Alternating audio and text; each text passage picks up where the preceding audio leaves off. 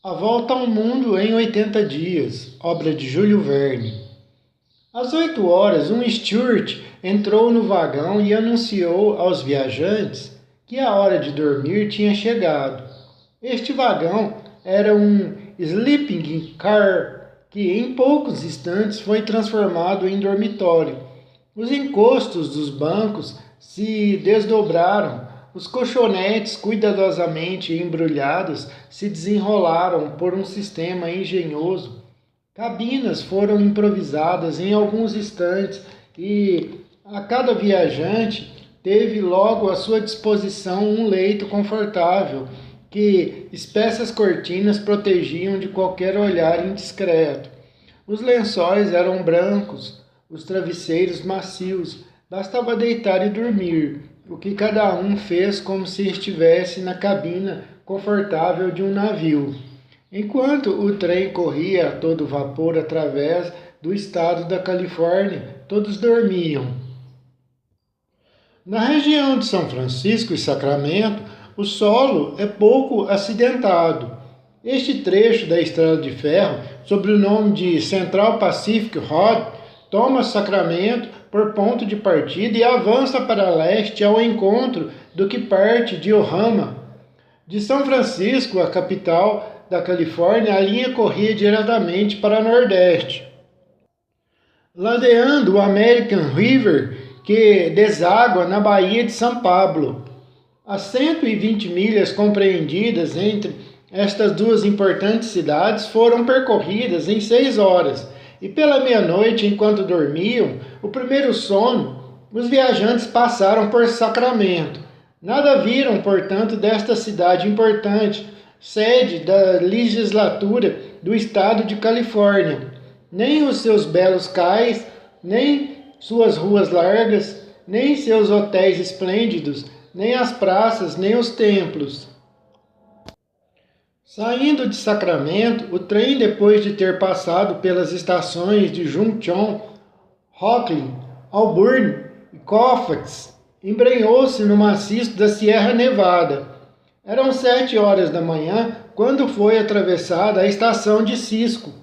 1 hora depois, o dormitório voltava a ser um vagão comum e os viajantes podiam, através das vidraças, entrever os pontos pitorescos deste território montanhoso. O traçado do trem obedecia aos caprichosos contornos da Sierra. Aqui, suspenso nos flancos da montanha, acolá, suspenso sobre precipícios, evitando os ângulos bruscos por curvas audaciosas, lançando-se por gargantas estreitas que pareciam não ter saída e nem fim.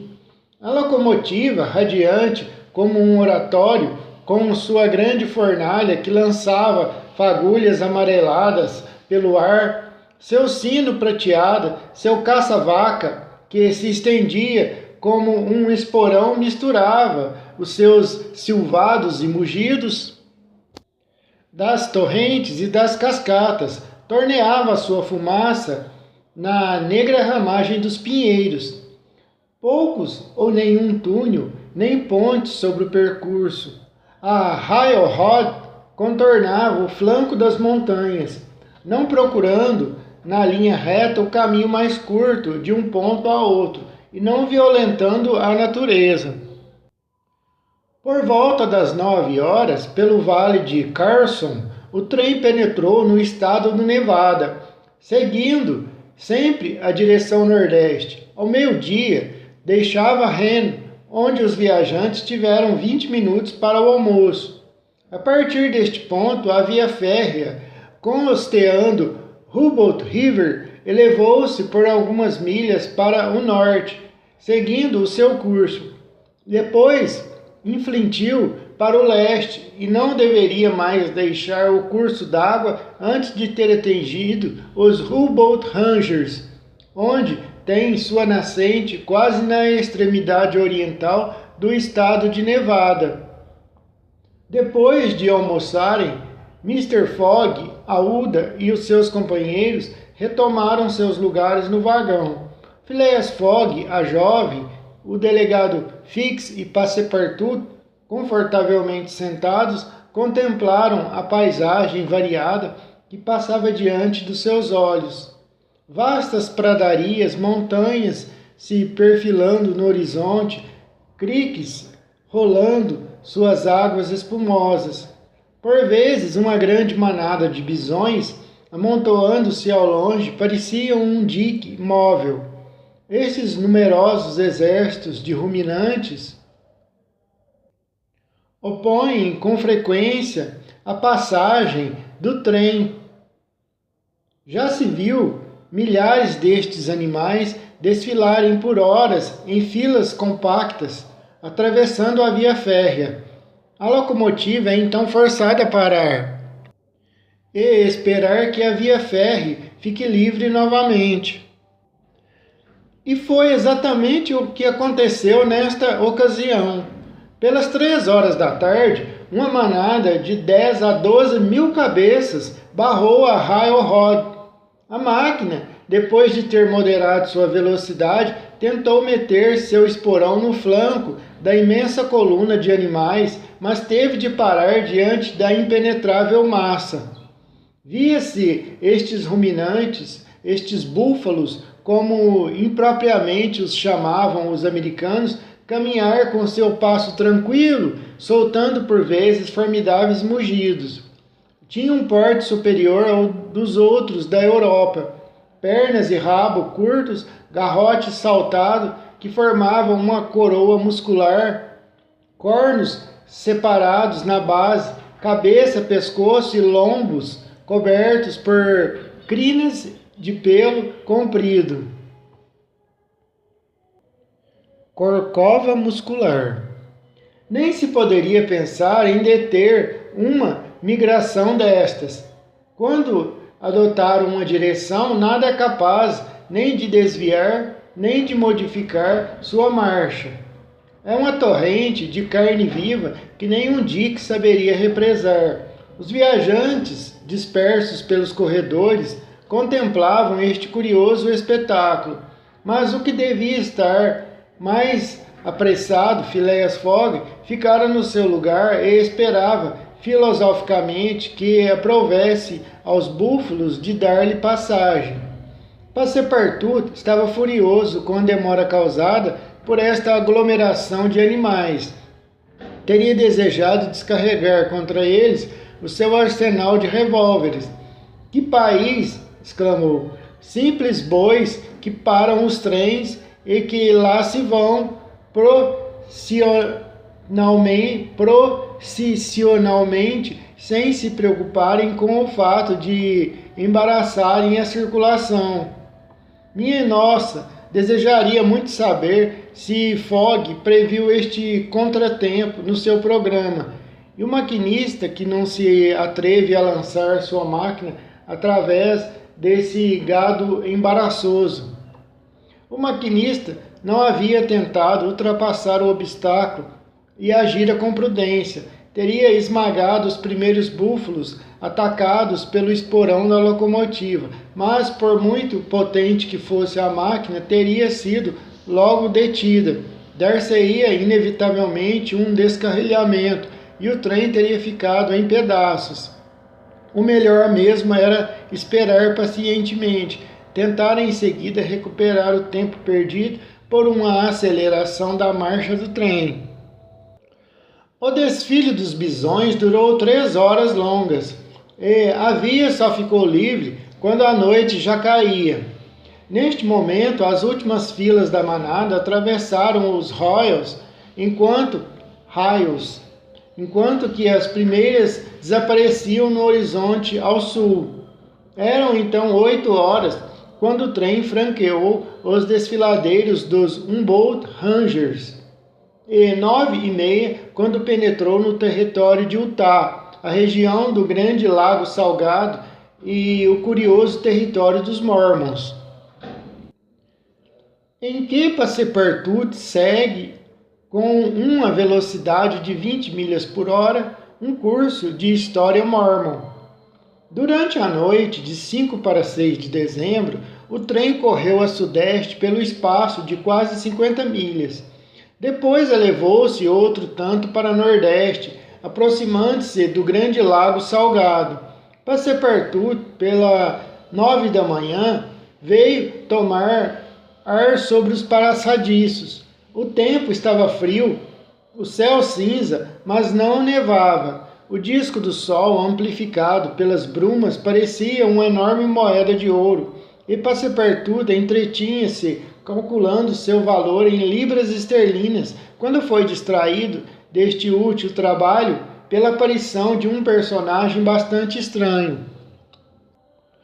Este personagem, que tinha tomado o trem na estação de Elco, era um homem de estatura elevada, muito moreno, bigodes pretos, meias pretas, chapéu de seda preta, colete preto, calça preta, gravata preta, luvas e de pele de cão. Parecia um reverendo. Ia de uma extremidade à outra do trem e na porta de cada vagão colocava com obreias um aviso escrito à mão. Passepartout aproximou-se e leu em um destes avisos o que o honrado Elder William Witt, missionário mormon, aproveitando a sua presença no trem número 48, faria das 11 ao meio-dia no carro número 117, numa conferência a respeito do mormonismo, convidando para ouvi-lo todos os gentlemen desejosos de se instruírem no tocante aos mistérios da religião dos santos dos últimos dias. Claro, irei, disse Passepartout, que não sabia nada do mormonismo, exceto seus usos polígamos, base da sociedade mórmon. A notícia espalhou-se rapidamente pelo trem que levava uma centena de viajantes. Deste total, 30 ou mais, atraídos pelo chamado da conferência, ocupavam às 12 horas os bancos no carro número 117. Passepartout figurava na primeira fila dos fiéis. Nem seu patrão, nem Fix tinha achado que deviam sair de seus lugares. À hora anunciada, o elder William Witt levantou-se e, com uma voz bastante exaltada, como se já tivesse sido refutado de antemão, exclamou: "Eu vos digo, que Joy Smith é um mártir, que seu irmão Hiram é um mártir, e que as perseguições do governo da União contra os profetas vão fazer igualmente um mártir em Brigham Young. Quem ousará sustentar o contrário?" Ninguém se atreveu a contradizer o missionário, cuja exaltação constratava com sua fisionomia naturalmente calma. Mas, sem dúvida, sua cólera se explicava pelo fato de que o mormonismo estava atualmente submetido às duras provas e, com efeito, o governo dos Estados Unidos acabava, não sem dificuldade, de dominar estes fanáticos independentes. Tinha se assessorado de Utah e o tinha submetido às leis da União, depois de ter aprisionado Brigham Young, acusado de rebelião e de poligamia.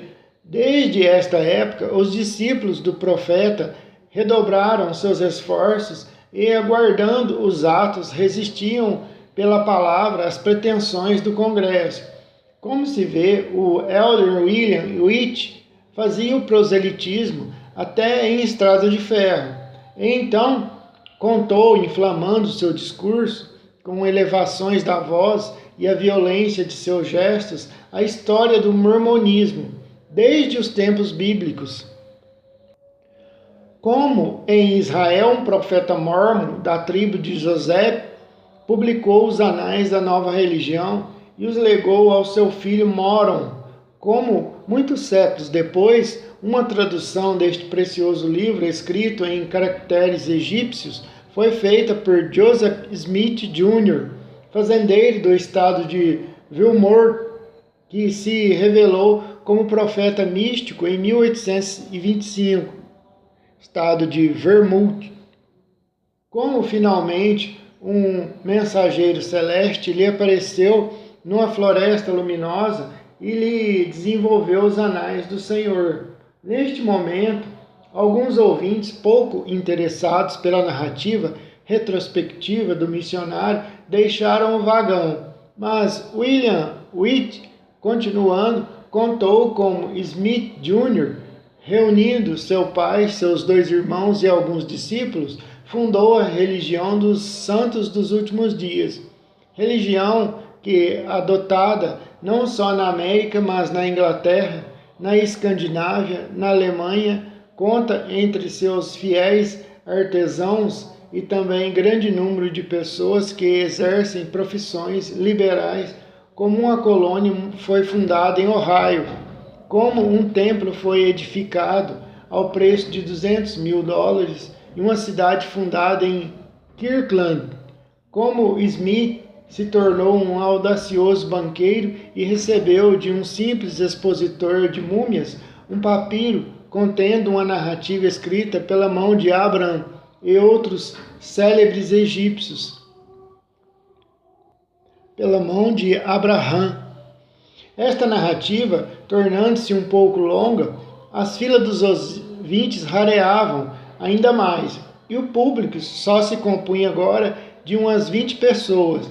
Mas o elder, sem se inquietar com essa deserção, contou com detalhes como foi que Joseph Smith foi à bancarrota em 1837, como foi que os seus acionistas arruinados o untaram de alcatrão e o rolaram sobre penas, como foi que o reencontramos mais honorável e mais honrado do que nunca, alguns anos depois, em Independence, no Missouri, e chefe de uma comunidade florescente que não contava menos de 3.000 discípulos e que, então, perseguido pelo ódio dos gentios, teve de fugir para Far West americano.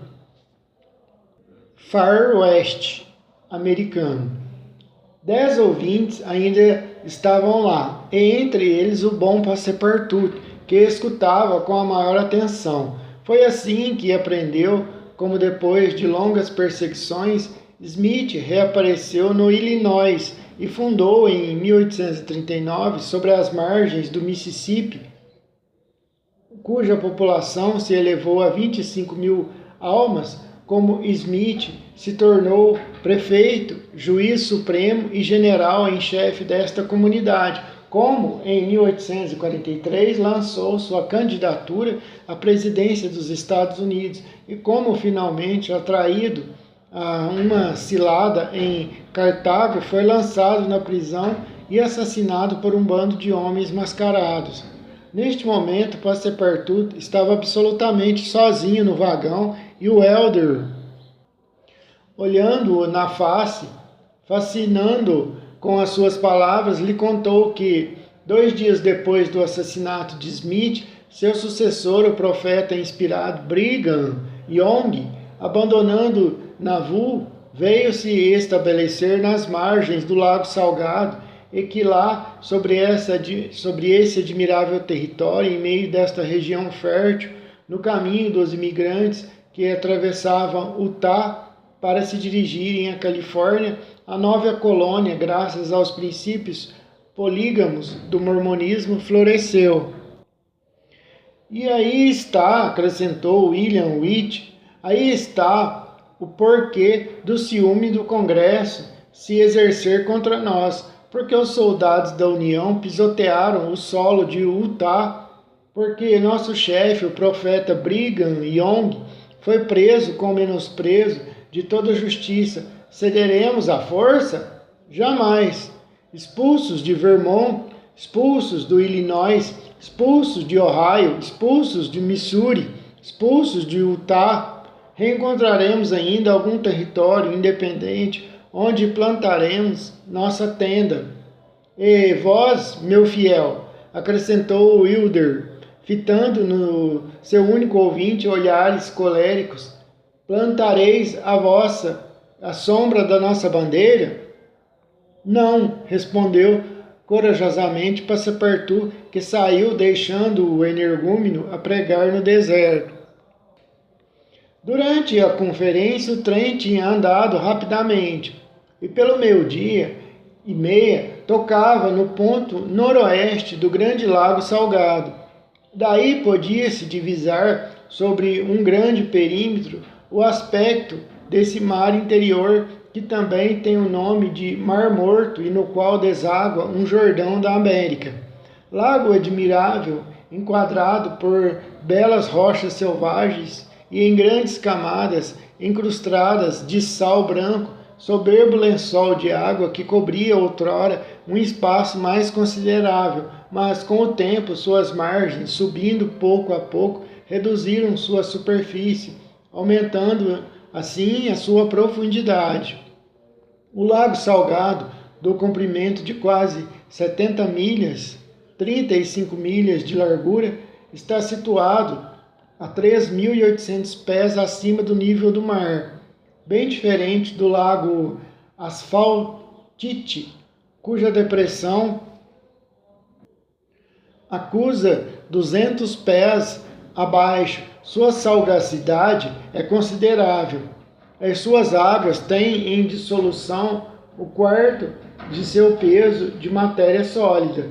Seu peso específico é de 1,170, o da água destilada sendo 1,000.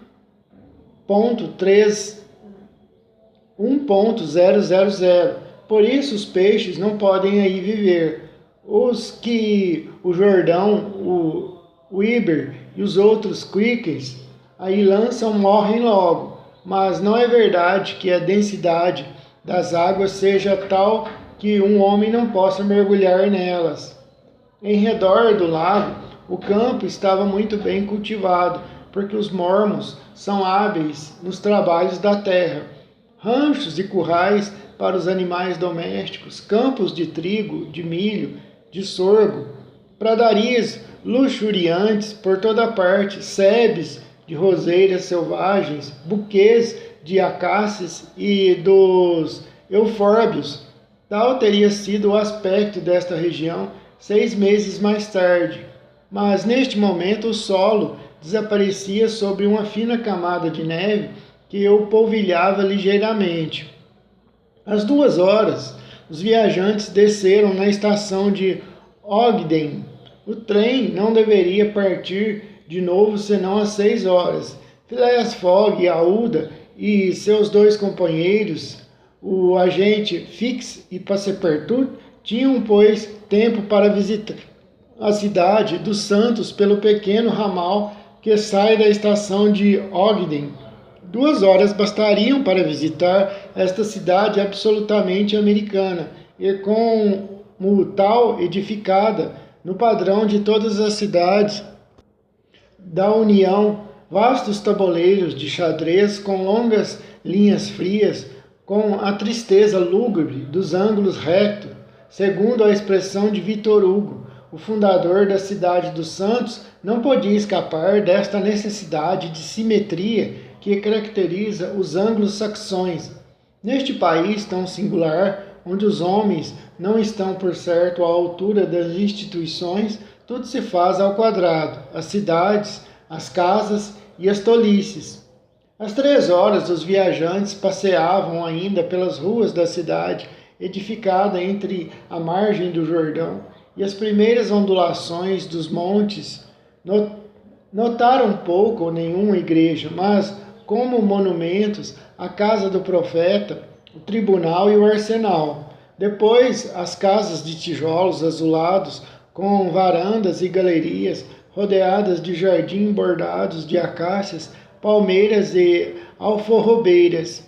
Um muro de argila e de calhaus, construído em 1853, cingia a cidade. Na rua principal, onde está o mercado, elevavam-se alguns hotéis ornados com pavilhões e, entre outros, o Lake Salt House. Phileas Fogg e seus companheiros não acharam a cidade muito povoada. As ruas estavam quase vazias, menos a parte do templo, onde não chegaram senão depois de ter atravessado muitos bairros, rodeados por paliçadas. As mulheres eram muito numerosas, o que se explica pela singular composição familiar mórmon. Não se deve, contudo, supor que todos os mórmons sejam polígamos. Há liberdade de escolha, mas é bom notar que são as cidades de Utah que requerem, sobretudo, ser esposadas, porque, de acordo com a religião local, o céu mórmon não admite o acesso às suas beatitudes às celibatárias do sexo feminino.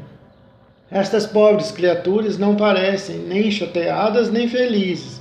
Algumas, as mais ricas de certo, trajavam uma jaqueta de seda preta aberta na cintura sob um capuz ou de um xale muito modesto. As demais vestiam-se com chita.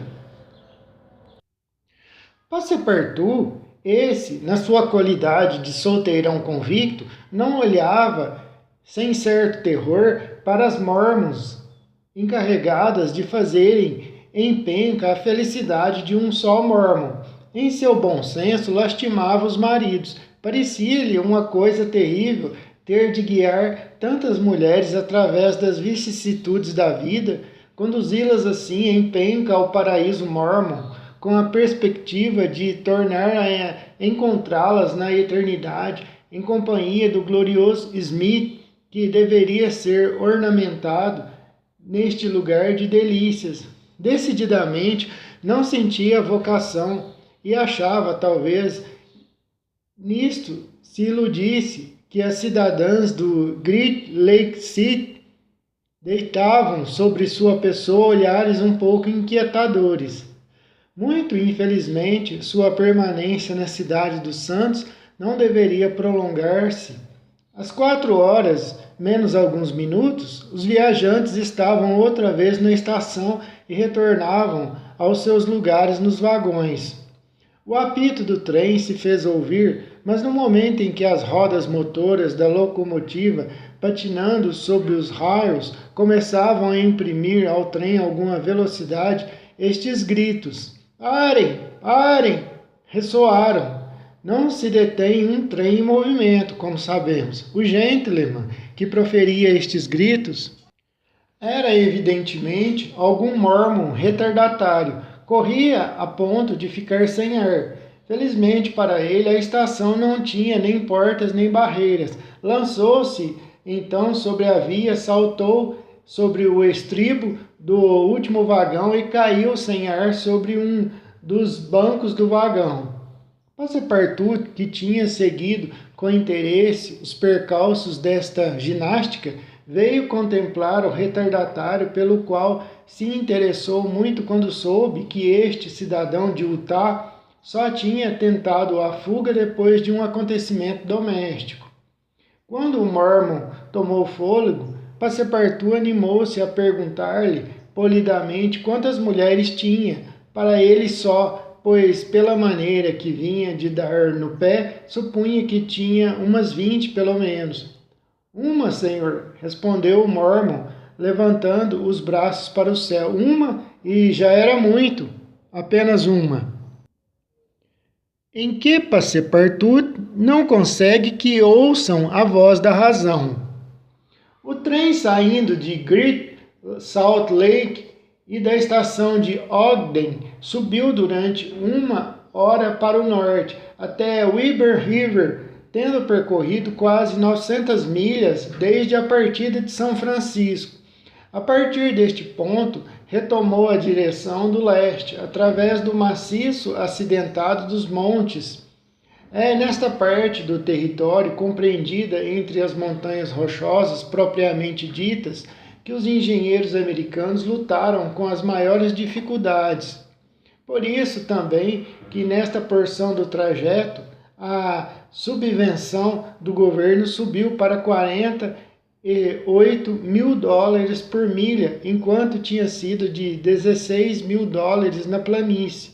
Mas os engenheiros, como já foi dito, não violentaram a natureza, usaram de astúcia com ela, contornando as dificuldades, e para atingir a grande bacia, apenas um túnel com 14.000 pés de extensão foi furado em todo o percurso da Railroad.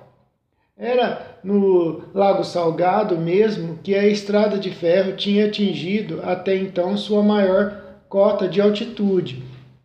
Deste ponto, seu perfil descrevia uma curva muito alongada, abaixando-se para o vale Bitter Creek, para subir até o ponto onde se divide as águas do Atlântico e do Pacífico. Os rios eram numerosos nesta região montanhosa. Foi necessário franquear sobre pequenas pontes o Muddy, o Green e outros. Muddy. Passepartout ia ficando mais impaciente à medida que se aproximava o fim da viagem, mas o agente Fix, por sua vez, teria desejado que já tivessem saído desta difícil região. Receava as demoras, acreditava em acidentes e tinha mais pressa do que o próprio Phileas Fogg para pôr os pés em terra inglesa. Às 10 da noite, o trem parou na estação de Fort Bridger, que deixou quase imediatamente, e 20 milhas mais adiante entrou no estado de Wyoming, o antigo Dakota, seguindo todo o vale Bitter Creek, onde se escoa uma parte das águas que formam o sistema hidrográfico do Colorado. No dia seguinte, 7 de dezembro, houve uma parada de quarto de hora na estação de Green River. A neve tinha caído durante a noite em abundância, mas misturada com a chuva e meio derretida, não podia estorvar a marcha do trem. Entretanto, este mau tempo não deixou inquietar Passepartout, porque a acumulação das neves, atolando as rodas dos vagões, haveriam certamente de comprometer a viagem.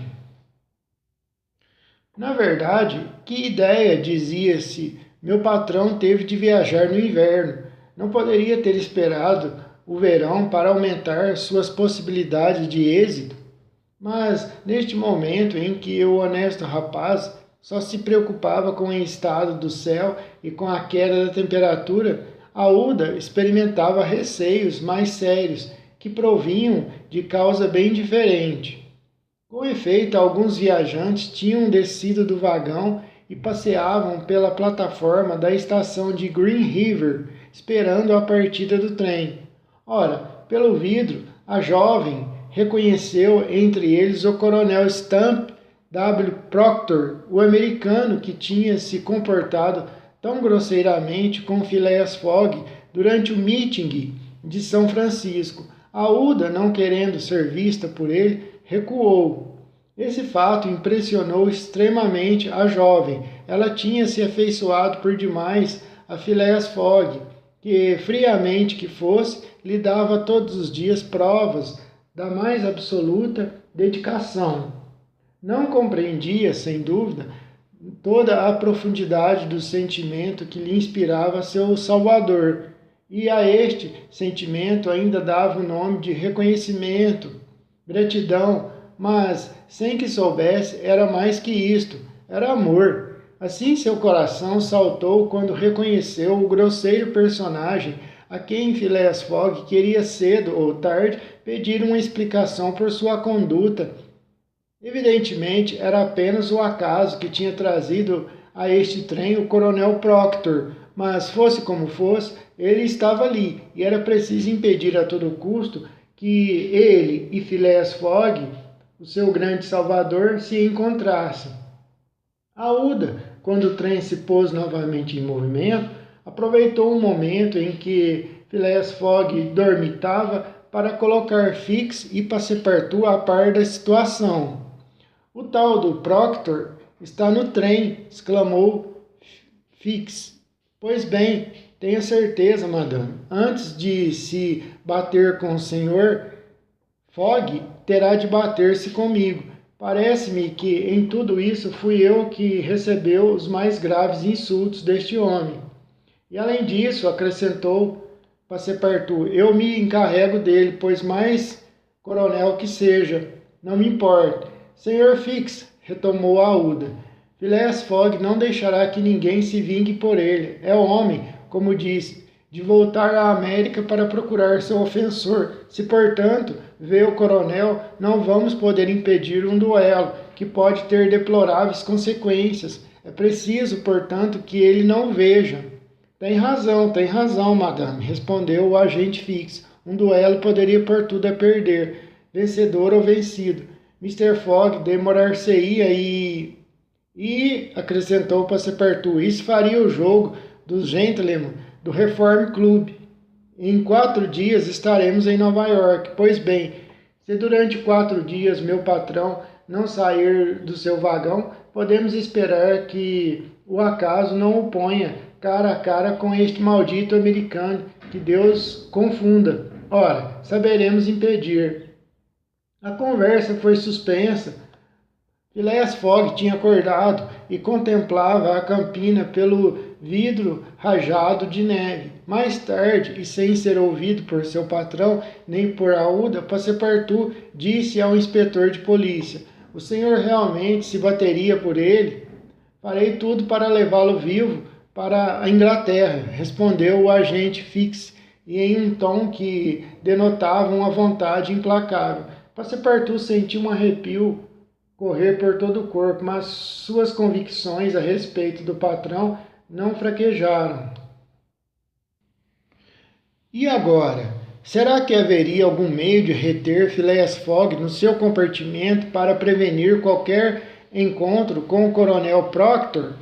Não deveria ser difícil. O gentleman, sendo naturalmente pouco dado aos movimentos e pouco curioso, em todo caso, o agente de polícia julgou ter descoberto esse meio, porque momentos depois dizia ele a Phileas Fogg: são longas e lentas horas, senhor, estas que se passam assim na estrada de ferro. Com efeito, respondeu Phileas Fogg, mas elas passam. Nos navios, retomou o inspetor, não tinha o hábito de jogar whist? Sim, respondeu Phileas Fogg, mas aqui seria difícil, não tenho nem cartas, nem parceiros. Oh, as cartas podemos comprá-las dentro do próprio trem. Vende-se de tudo nos vagões americanos. Quanto aos parceiros, se por acaso Madame... Certamente, senhor, respondeu animadamente a jovem Aouda. Sei jogar whist, sim, faz parte da educação inglesa. E eu, retomou Fix, tenho algumas pretensões de jogar bem esse jogo. Ora, nós 3 e um morto. Como quiser, senhor, respondeu Phileas Fogg, encantado em retomar seu jogo favorito, mesmo numa estrada de ferro. Passepartout foi despachado à procura do Stuart e voltou pouco tempo depois com 2 baralhos completos, fichas, tentos e um tabuleiro recoberto de pano. Não faltava nada. E o jogo começou. Aouda sabia suficientemente o whist e até recebeu alguns cumprimentos do severo Phileas Fogg. Quanto ao inspetor de polícia, era simplesmente excelente jogador e digno de sentar-se à frente do gentleman. Agora, disse consigo Passepartout, nós o temos seguro. Não se mexe mais. Às 11 da manhã, o trem tinha atingido o ponto onde se divide as águas dos 2 oceanos. Era em Bridger Pass, a uma altura de 7.584 pés ingleses e acima do nível do mar, um dos pontos mais altos do traçado da estrada em sua passagem pelas Montanhas Rochosas. Quase 200 milhas mais adiante, os viajantes achar-se-iam finalmente sobre as extensas pradarias que se estendem até o Atlântico e que a natureza tomara tão propícias para o estabelecimento de uma via férrea. Sobre a vertente da bacia atlântica se desenvolviam já os primeiros rios, afluentes e subafluentes do North Platte River. Todo o horizonte do norte e do leste estava coberto pela imensa cortina semicircular que forma a porção setentrional das Rock Mountains, dominada pelo pico de Lamine. Entre esta curvatura e a estrada de ferro estendiam-se vastas planícies abundantes regadas. À direita da linha férrea sobrepõem-se as primeiras rampas do maciço montanhoso que se arredonda ao sul até as nascentes do rio Arkansas, um dos grandes tributários do Missouri. Ao meio-dia e meio, os viajantes entreviram, por instantes, o Forte Allen, que comanda esta região. Ainda algumas horas e a travessia das montanhas rochosas estaria completa. Podia-se, pois, esperar que nenhum acidente sinalizaria a passagem do trem por esta difícil região. A neve cessara de cair, o tempo tornara-se frio e seco. Grandes pássaros, assustados pela locomotiva, fugiam ao longe. Nenhuma fera, urso ou lobo se mostrava na planície. Era o deserto em sua imensa nudez. Depois de um almoço bastante confortável, servido no próprio vagão, Phileas Fogg e seus companheiros começavam o interminável uísque, quando violentos apitos fizeram-se ouvir. O trem parou. Passepartout colocou a cabeça para fora e não viu nada que motivasse aquela parada. Não havia nenhuma estação à vista, nenhuma manada de animais, nada que pudesse fazer com que o trem parasse ali. Mas Aouda e Fix, por um instante, recearam que Phileas Fogg pensasse em descer para a via, mas o gentleman contentou-se em dizer ao criado: "Veja o que é."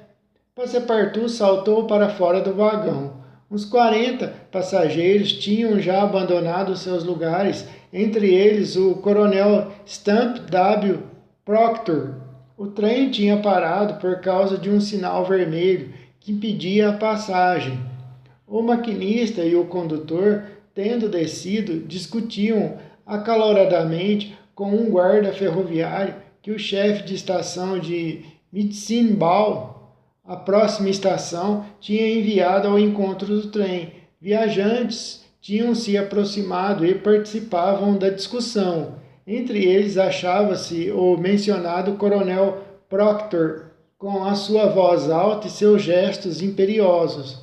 Passepartout, tendo se unido ao grupo, ouviu o guarda ferroviário dizer: Não há meio de passar. A ponte do Medicine Ball está aluída e não suportaria o peso desse trem." A ponte de que falavam era uma ponte pêncil lançada sobre um desfiladeiro a 1 milha de distância do lugar onde o trem tinha parado. No dizer do guarda, ameaçava desmoronar. Muitos dos fios estavam rompidos e era impossível arriscar sua travessia. O guarda não exagerava de modo algum, afirmando que não se poderia passar. E, além disso, com os hábitos negligentes dos americanos, pode-se dizer que, quando eles se põem a ser prudentes, é loucura não ser. Passepartout, não se atrevendo a ir avisar o seu patrão, escutava, os dentes cerrados, imóvel como uma estátua. "Ora," bradava o coronel Proctor, "não vamos. Imagino ficar a deitar raízes na neve, não é verdade?" "Coronel," respondeu o condutor, "telegrafamos para a estação de Omaha pedindo um trem, mas não é provável que chegue a Medicine Ball antes de 6 horas. 6 horas? Exclamou Passepartout. Sem dúvida, respondeu o condutor. Além do mais, esse tempo nos será necessário para chegar à estação a pé. A pé? Exclamaram todos os viajantes. A pé? Caminhando? Mas a que distância fica esta estação? Perguntou um deles ao condutor. A 12 milhas, do outro lado do rio. Não está tão longe. 12 milhas na neve, exclamou o coronel Stamp W. Proctor. O coronel soltou um monte de pragas, queixando-se da companhia, queixando-se do condutor, e Passepartout, furioso, não estava longe de fazer-lhe coro. Havia aí um obstáculo material contra o qual nada podiam, desta vez, todas as banknotes de seu patrão Phileas Fogg. Nem todo o dinheiro do mundo poderia resolver aquele impasse. O desapontamento era geral entre os viajantes que, sem contar o atraso, se viam obrigados a andar 15 milhas através da planície coberta de neve. Por isso, levantou-se logo um burburinho, exclamações, vociferações, que teriam certamente atraído a atenção de Phileas Fogg se o gentleman não estivesse tão absorto em seu jogo de whist.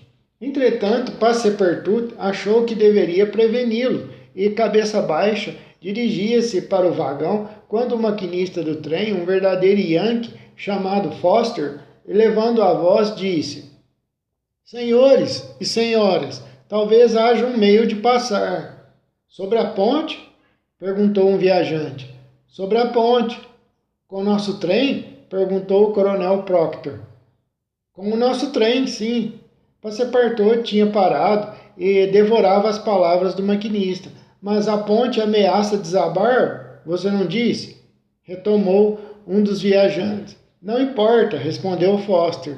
"Creio que, lançando o trem com sua máxima velocidade, temos algumas chances de passar sem que a ponte desabe." "Diabo!" disse Passepartout. "Que ideia arriscada!" Mas um certo número de viajantes tinha ficado imediatamente seduzido pela proposta.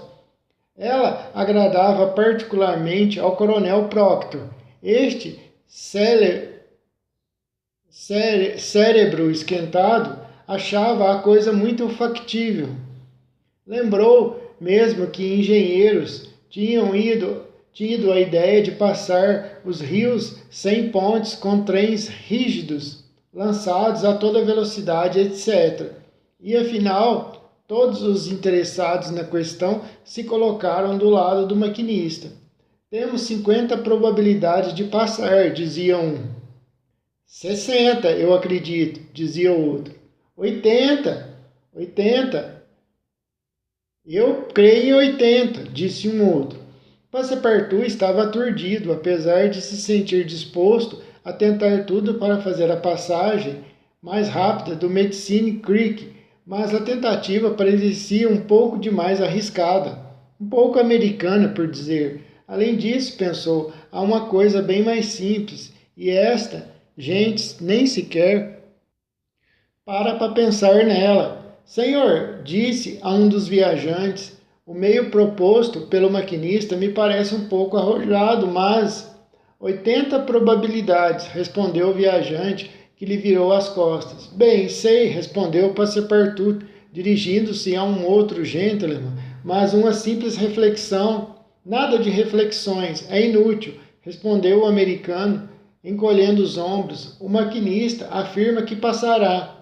"Sem dúvida", retomou Passepartout, "passará, mas seria talvez mais prudente." "O que é prudente?" "Prudente", exclamou o coronel Proctor, a quem esta palavra, ouvida casualmente, fez dar um pulo. "A toda velocidade é o que se diz, compreende? A toda velocidade."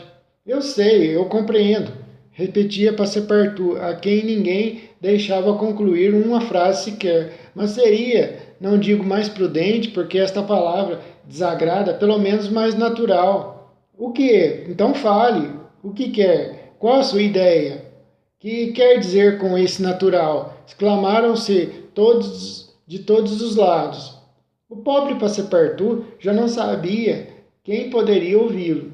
"Tem medo?" perguntou o coronel Proctor. "Eu? Medo?" exclamou Passepartout. "Bem, que seja, vou mostrar a esta gente que um francês pode ser tão americano como eles." Para o trem!" exclamou o condutor. "Sim, para o trem", repetia Passepartout, "para o trem, e depressa. Mas não me impedem de pensar que seria mais natural passarmos primeiro a pé pela ponte, nós, os viajantes, depois que passasse o trem, claro." Mas ninguém ouviu esta sábia reflexão, e ninguém de certo teria querido reconhecer sua correção. Passassem todos a pé, deixasse o maquinista levar o trem depois e todos entrariam no trem. O trem ficaria mais leve e se arriscaria menos. Os viajantes estavam reintegrados em seus vagões. Passepartout retomou o seu lugar sem nada dizer do que se passara. Os jogadores estavam totalmente absortos no jogo. A locomotiva apitou vigorosamente. O maquinista, revertendo o vapor, recuou o trem quase 1 milha, manobrando como um saltador que quer tomar impulso. Depois, a um segundo apito, a marcha para frente recomeçou. Acelerou-se. Logo a velocidade se tornou amedrontadora. Só se ouvia um uivo saindo da locomotiva. Os pistões batiam 20 golpes por segundo. Os eixos das rodas fumegavam nas caixas de graxa. Sentia-se, por assim dizer, que o trem inteiro, galopando com uma velocidade indescritível de 100 milhas por hora, não pesava sobre os raios. A velocidade comia o peso. E passou. Foi como um relâmpago. Nem se viu a ponte. O comboio saltou, pode-se dizer, de uma margem à outra. E o maquinista não conseguia deter a máquina levada pelo impulso, senão 5 milhas além da estação. Mas o pior aconteceu. Ainda bem que aconteceu depois que o trem havia passado. Mal o trem tinha passado, a ponte, definitivamente arruinada, desmoronava e caía com um estrondo no desfiladeiro de Médecine-Bal, onde se fará a narração de diversos incidentes que só acontecem nas estradas de ferro da União. Naquela mesma noite, o trem, prosseguindo sua rota sem obstáculos, ultrapassava o Fort Saunders, transpunha o desfiladeiro dos Greenwich e chegava ao de Evans. Neste lugar, a Railroad atingiu o ponto mais alto do dia, ou seja, 8.091 pés acima do nível do mar. Os viajantes só tinham agora que descer até o Atlântico sobre essas planícies sem limites niveladas pela natureza. Lá se encontrava, sobre o grande trunk, o entroncamento do Denver City, a principal cidade do Colorado. Este território é rico em minas de ouro e prata e mais de 50 mil habitantes aí já fixaram moradia. Neste momento, 1.382 milhas tinham sido feitas desde São Francisco, entre 3 dias e 3 noites. 4 dias e 4 noites, de acordo com todas as previsões, deveriam bastar para o trem alcançar Nova York. Phileas Fogg se mantinha, pois, dentro dos intervalos regulamentares.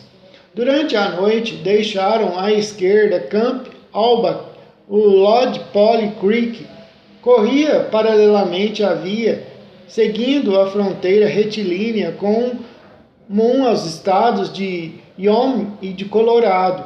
Às 11 horas, entraram no Nebraska, passaram pelo Sedgwick e chegaram a Julesburg, situado na margem do sul do Platte River. Foi neste ponto que se fez a inauguração da Union Pacific Road, em 23 de outubro de 1887, da qual o engenheiro responsável foi o general M. J. Dodge. Ali pararam as 2 potentes locomotivas, rebocando os 9 vagões dos convidados, entre os quais figurava o vice-presidente Thomas C. Durham. Ali reboaram as aclamações. Ali os Sioux e os Pawnees deram o espetáculo de uma pequena guerra indígena. Ali os fogos de artifício arderam. Ali finalmente se publicou em uma gráfica portátil o primeiro número do Rail Pioneer.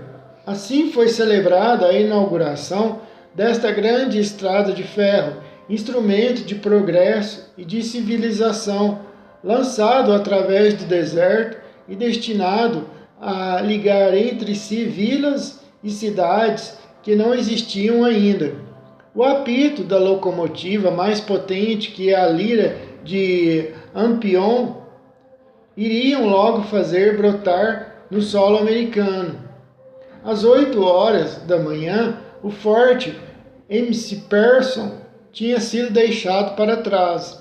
357 milhas separam este ponto de Omaha.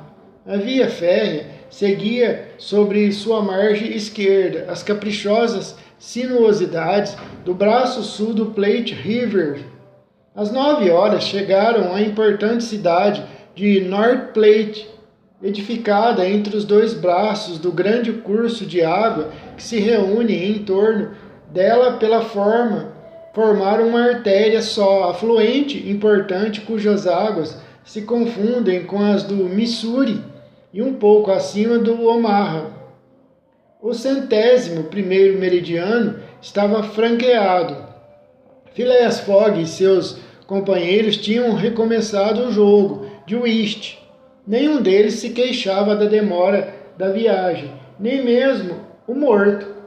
Fix tinha começado ganhando alguns guinéus que estava em vias de perder, mas nem por isso se mostrava menos entusiasmado que Phileas Fogg durante esta manhã. A sorte favoreceu bastante este gentleman. Os trunfos e as cartas de maior valor choviam em suas mãos. Em certo momento, depois de ter combinado um lance audacioso, preparava-se para jogar espadas, quando atrás do banco ouviu uma voz que dizia: "Se fosse eu, jogava outros." Phileas Fogg, Aouda e o agente Fix levantaram a cabeça. O coronel Proctor estava perto deles. Stamp W. Proctor e Phileas Fogg se reconheceram imediatamente. "Ah, por aqui, senhor inglês!" exclamou o coronel Proctor. "É o senhor que queria jogar espadas?" Respondeu friamente Phileas Fogg. "E jogo, deitando à mesa um 10 deste naipe." "Pois bem, eu quero que sejam ouros," replicou o coronel Proctor com voz irritada, e fez um gesto para levantar a carta jogada, acrescentando: "Não entende nada deste jogo." "Talvez seja mais hábil em outro," disse Phileas Fogg, que se levantou. "Só depende de si, filho de John Bull," replicou o grosseiro personagem. Aouda tinha ficado pálida. Todo seu sangue refluiu para o coração. Tinha agarrado o braço de Phileas Fogg, que a repeliu docemente. Passepartout estava prestes a lançar sobre o americano, que olhava seu adversário com o mais insultante dos olhares. Mas o agente Fix tinha se levantado e, indo ao coronel Proctor, lhe disse: "Esquece-se de que é comigo a questão, senhor. Comigo a quem o senhor não só injuriou, mas agrediu." "Senhor Fix," disse Phileas Fogg, "peço-lhe perdão, mas isto só diz respeito a mim. Alegando que eu estava errado jogando espadas, o coronel me fez uma nova injúria, e há de dar-me uma satisfação pelas duas injúrias." "Quando e onde quiser," respondeu o americano, "e com a arma que lhe agradar." Aouda em vão procurou reter Phileas Fogg. O inspetor tentou inutilmente retomar a querela para si. Passepartout queria tirar o coronel pela porta, mas um gesto do patrão o conteve. Phileas Fogg deixou o vagão e o americano seguiu o seu passadiço. "Senhor," disse Fogg ao seu adversário, "tenho muita pressa em voltar para a Europa, e qualquer atraso prejudicaria muito meus interesses." "E daí? O que é que eu tenho com isso?" respondeu o coronel Proctor. "Senhor," retomou muito polidamente Phileas Fogg, "depois do nosso encontro em São Francisco, eu tinha feito planos de vir reencontrá-lo na América, assim que tivesse concluído os negócios que me chamam ao velho continente. Verdade? Quer marcar o encontro para daqui a 6 meses? Por que não daqui a 6 anos? "Disse 6 meses, respondeu Phileas Fogg, "e serei pontual." "Desculpas, só desculpas," exclamou o coronel Proctor. "Agora ou nunca." Pois que seja, respondeu Phileas Fogg. Vai para Nova York? Não. Chicago? Não. Omaha? Pouco importa. Conhece Plum Creek? Não, respondeu Phileas Fogg. É a próxima estação. O trem estará lá em 1 hora. Estacionará